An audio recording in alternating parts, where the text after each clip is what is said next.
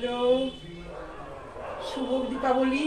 আজকে কালী পুজো, আজকে আমার জামাইয়ের জন্মদিনের জন্য এই দেখো পাটিসাপটা পিঠে করছি। পাটিসাপটা করছো দিদু? পাটিসাপটা পিঠে এই দেখো, যে কাছে নিয়ে এসো। বাবা, এটা একটু পুড়ে গেল কথা বলতে বলতে। আমার একটু সাদা ধবধবা হয় গো, এটা কথা বলতে বলতে দেখো একটু লালচে হয়ে গেল। এই দেখো আমার প্রত্যেকটা সাদা হয়েছে, কি সুন্দর দেখেছো।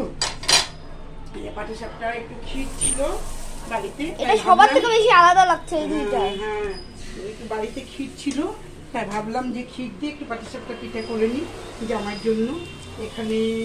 এখানে করেছি, এখানে গ্যাসটা কমিয়ে দিই। এখানে করেছি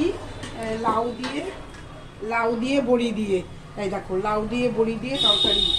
আর চলো ওদিকে চলো, পারবো তো? হ্যাঁ, এদিকে করেছি এই যে ভাত, গরম ভাত। এদিকে করেছি এই যে ইলিশ মাছ, এই দেখো ইলিশ মাছ।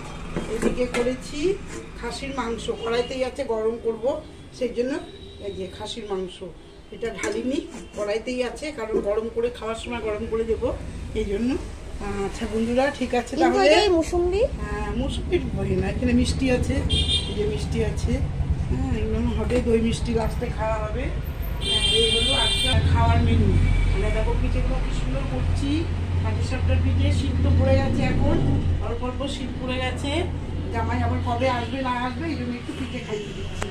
এই দেখো কি সুন্দর পিঠেগুলো হচ্ছে, দেখেছো? এই দেখো কি সুন্দর। এখন আরো হবে, আরো ভাজবো। হ্যাঁ, আরো ভাজবো, এই যে গোলা আছে, এই যে আরো ভাজবো। জয় ক্ষেত্র ঠাকুর। পিঠের ঠাকুরের নাম কি জানো?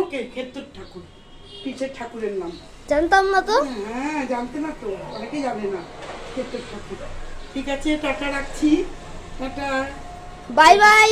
একটু কমেন্ট করবে যে আমাদের রান্নাঘরটা কেমন। কমে গেলে এই যে নারকেলের নাড়ু দেবো। আর একটু কমেন্ট করবে যে আমাদের রান্নাঘরটা কেমন। ঠিক আছে, ঠিক আছে তো, বাই ফ্রেন্ডস।